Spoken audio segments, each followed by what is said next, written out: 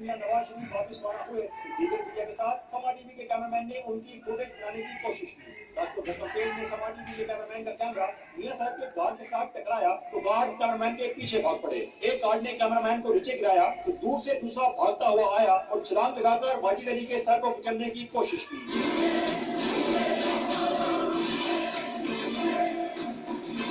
Cameraman मौका पर बेहोश हो गया। उसे पार्लियामेंट की डिस्पेंसरी मुंतकिल किया गया जहां से वाजिद के नाक और मुंह से खून बह रहा था। वाकये के फौरी बाद मीडिया वर्कर्स ने एक गार्ड को पकड़ लिया जिसे पार्लियामेंट की सिक्योरिटी के हवाले कर दिया गया,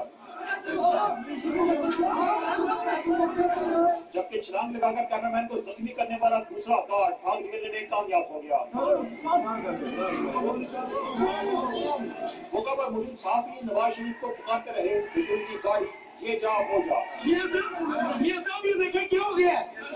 साथ ही कैमरामैन वाजिद को बेहोशी की हालत में पार्लियामेंट हाउस की डिस्पेंसरी से अस्पताल ले गए जहां उसका सीटी स्कैन और दीगर टेस्ट किए गए। नून लीगी रहनुमा मरियम औरंगजेब भी वहां पहुंची और हर मुमकिन कार्रवाई का यकीन दिलाया। वाक़े के खिलाफ एहतजाज करते हुए सहाफियों ने पार्लियामेंट के मरकजी गेट पर धरना दे दिया और अरकान पार्लियामेंट को अंदर आने और बाहर जाने से रोक दिया। सहाफियों ने प्रेस